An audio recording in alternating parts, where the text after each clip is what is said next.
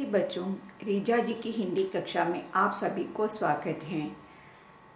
Part 1 बात अड़ने की तीसरा भाग।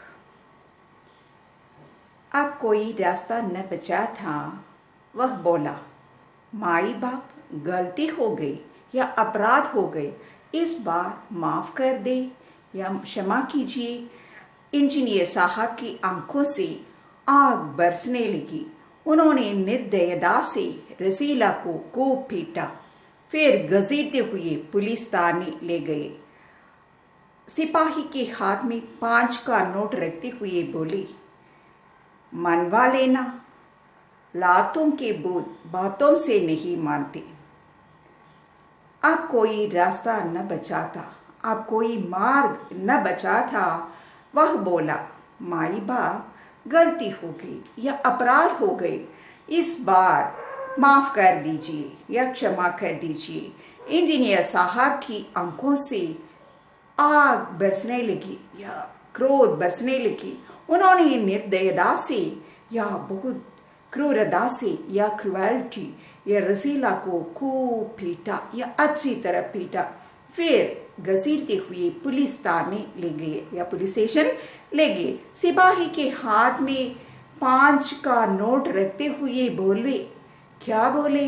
मनवा लेना, लातों के भूत बातों से नहीं मानते।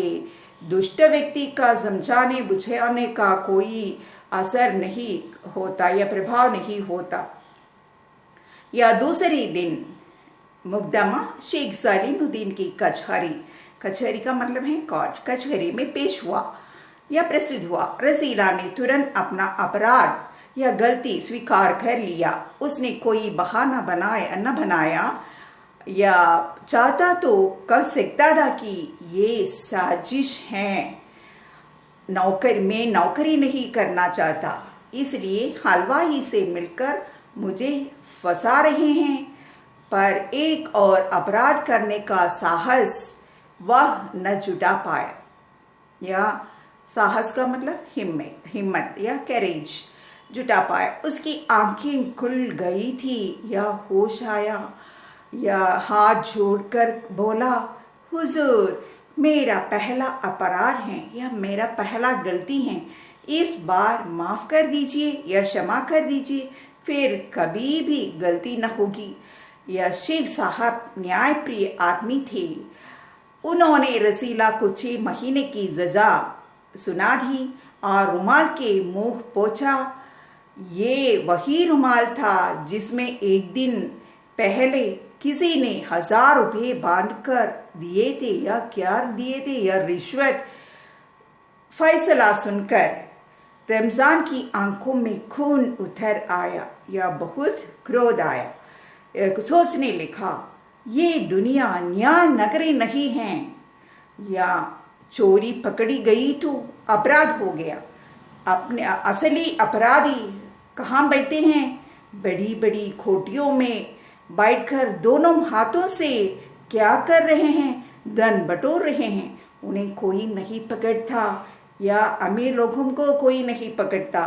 रमजान घर पहुंचा।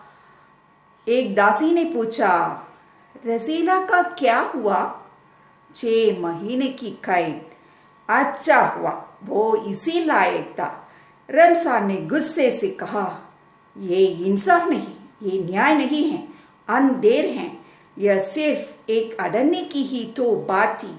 रात के समय जब 1500 के चोर नरम गद्दों पर मीठी नींद ले रहे थे, या नरम का मतलब सॉफ्ट या मुलायम, या मीठी नींद या सो रहे थे, मीठी नींद ले रहे थे।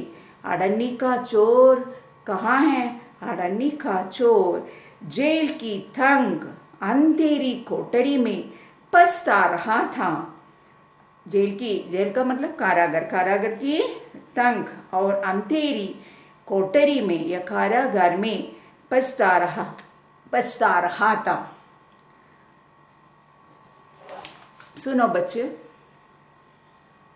क्या है विलोम शब्द?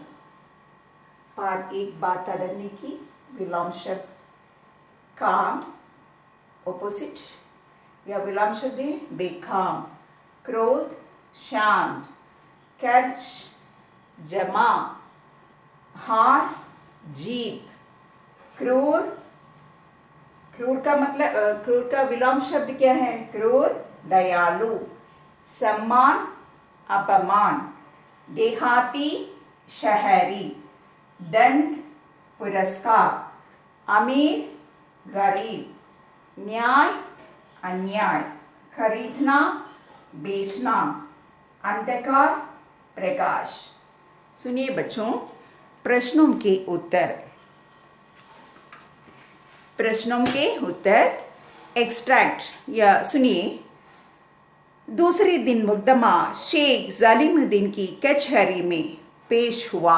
यह कचहरी का मतलब कोर्ट। रसीला ने अपना कोई बहाना न बनाया, हाथ जोड़कर बोला, हुजूर, ये मेरा पहला अपराध है, इस बार माफ कर दीजिए, फिर गलती न होगी।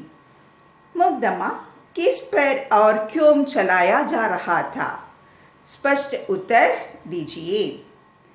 जिला मजिस्ट्रेट शेख सलीमुद्दीन की कचहरी में रसीला पर मुकदमा चलाया जा रहा था।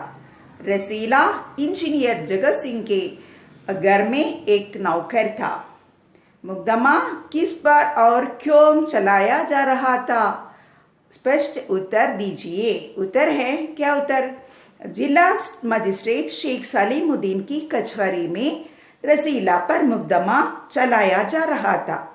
रसीला इंजीनियर बाबू जगत सिंह के घर में एक नौकर था। रसीला पर इल्जाम लगाया गया था कि उसने 8 आने की चोरी की है। 8 आने केवल 50 पैसे की चोरी की हैं। और जब इस बात का खुलासा हुआ तो उसके मालिक ने उसे खूब पीटा या अच्छी तरह पीटा और फिर पुलिस के हवाले कर दिया। केवल इतना ही नहीं, इंजीनियर साहब ने सिपाही को रसीला को पीट कर अपना गुनाह कबूल करवाने के लिए 5 रुपये रिश्वत के भी दिए थे। दूसरा प्रश्न है, क्या है? रसीला ने क्या अपराध किया या क्या गलती किया था और क्यों?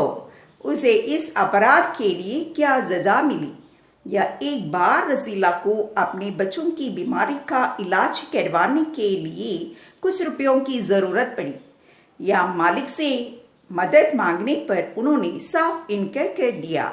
उसके मित्र रमजान ने उसकी उदासी देखकर उसे कुछ रुपये देकर उसकी मदद की या सहायता की।